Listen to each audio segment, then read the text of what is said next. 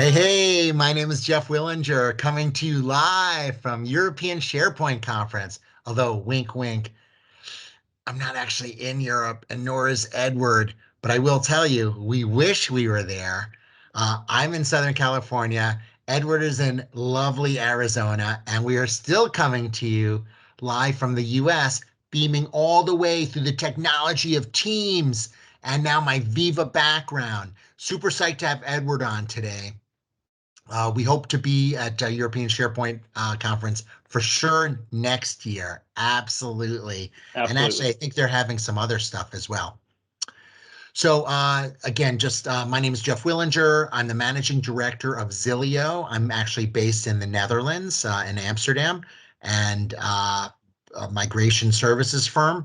And Edward, I've been seeing Veeam at every SharePoint conference. I'm an MVP, uh, amazing branding. Um, but who really, I all I usually do is like grab your amazing giveaway, but I don't Sure. really take the time to find out who is Veeam and what do you guys do. Sure, absolutely. Well, we actually are one of the leaders in the backup space. So we've really become, from those early days of virtualization, where we were really the first to market to back up virtualized environments, to really now becoming really one of the, if not the number one backup solution that delivers modern data protection. Moving from those early days to now 400,000 customers worldwide. We're in 30 different countries in terms of our offices and employees. And of course, we have many different partners, 35,000 technology partners. So definitely from those early days, encompassing now all workloads, cloud, virtual, and physical, and of course, integrations with many different partners as well. So you're sort of behind the scenes because at the end of the day, I'm saying to myself, why do we really doesn't Office 365 sort of back up on its own? Or like why would I need, I mean, again, amazing branding, but why would I really need, someone like a Veeam as part of my solution? Yeah, Jeff, and that's been a big part of our education process in the market these past few years, because there are a number of surveys that basically explain there are a variety of concerns that organizations have, such as accidental deletion or user error, retention policy gaps in the case of thinking things might be protected when they might not be.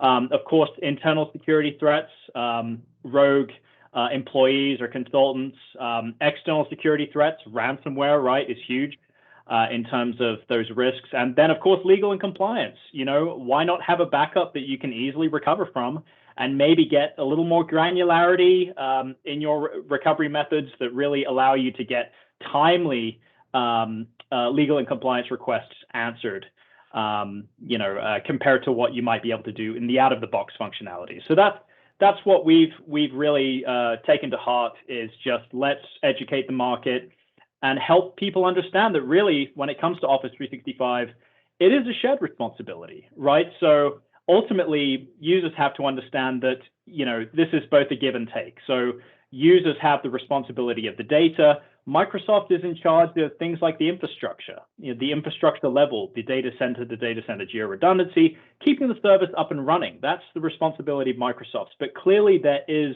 a responsibility held to the user where they have to protect that data. So we're very passionate about educating the market on these reasons, and certainly traction is being made. I think more users are realizing the light bulb's coming on. Yes, I do need to protect this critical data. Uh, Very, very interesting. It's the type of stuff that, sort of like the G word, governance. People don't really want to talk about it, but you sort of need it. And I'm finding it's really the same as with Veeam. Um, any details around, I mean, all your partners, so would you partner with a solution integrator, perhaps systems integrators, or who's sort of selling your services? Sure. So we have partnerships with many global service providers. We also integrate with the leading hyperscalers. So think, Azure and AWS. And of course, we even have S3 compatible storage providers. If you think of the Wasabis or some of those guys, of course, IBM Cloud as well. So again, it's providing the customer options. That's what Veeam has always been about. We're always about flexibility in terms of what storage you use. We don't lock you into a particular storage like maybe some of the other guys. It's all about what you want to leverage. If you want to leverage a hyperscaler, great. We've got tons of integrations there. If you want to leverage a service provider, get that backup taken care of. That's all good as well. We have a huge ecosystem of service providers, so the choice is all up to the user. That sounds super interesting. I actually had no idea that you scaled like that across. It really doesn't matter what the platform is. Right. Very interesting. Um, have you been traveling at all? I mean, have you guys been doing? I know you've got your Veeam branded shirt on. Are you planning on being at any conferences? I'm running down to Orlando in about a week and a half for the M365 Collab conference. Are you guys partaking? We are participating in that as well. That's actually probably one of our very first events we're coming back to, and we're really excited to see people back in person.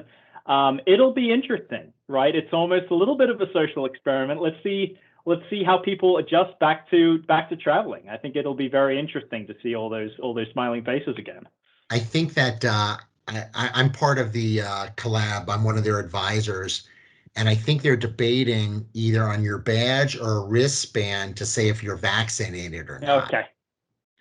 I know Walt Disney World currently has got that thing where you got to wear your mask when you're out and about, Mm-hmm. but maybe that will be eased in a couple of weeks when we get there. I know California, June 15th, no more masks.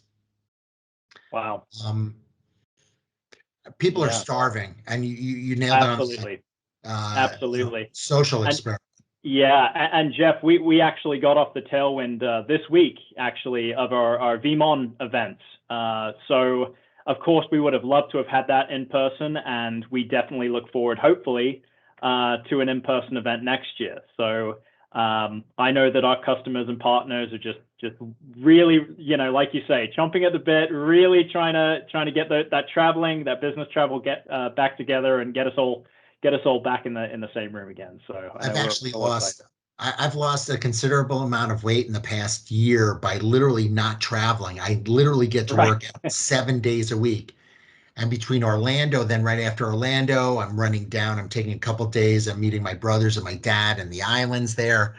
Nice. So I better continue to watch what I'm eating and continue to really crush it while before I start traveling again. Yeah, I can relate. You'll pretty much eat anything when you're on a business trip, and definitely definitely keeping those healthy habits, no doubt. No doubt. That's for sure. What when you're in Arizona, and it sounds like you're not originally from here, is that what type of accent is that? English actually, English. yeah. Okay. So, do you have a sport of choice that are you a footballer or what? So yeah, actually soccer. So I think maybe some of my European friends here would know. Actually, it's football. The football, right? With that you play with your feet. So soccer, yes. I do. I am a big football fan, and certainly looking forward to the World Cup. Of course, we wait years for that, so I'm already looking forward to that. And yeah, definitely. Good. Well, I'm glad that it wasn't on one of the COVID year because that would have been Right. not amazing. No, It's absolutely. crazy. It's sort of fun seeing the games now, but you miss. They're letting the Premier League. Are they letting certain people in? To my knowledge, it's mostly still closed, unfortunately, and I think that goes for a lot of sports. There's still, you know, there's still quite a few strict guidelines around those stadiums. So I think fans, of course, similar to the IT community, I think the fans can't wait to get back into the stadium and support their teams. I think that will be fantastic when we can all do that. Yeah, it looked like in Dallas. I'm a big basketball fan, or I should say, playoff basketball fan. Down in Dallas, full capacity, but in LA last night watching the Lakers game. Actually, they played Phoenix. Probably about a third of the fans. Though I'm not going to say I'm originally a New Yorker and then Chicago. the LA fans are not nearly as vocal as back on the East Coast or in Yeah, Chicago. right. Yeah, we like to drink our kombucha.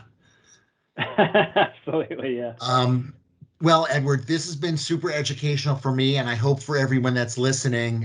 Veeam has been an amazing partner for European SharePoint Conference, ESPC, for a number of years.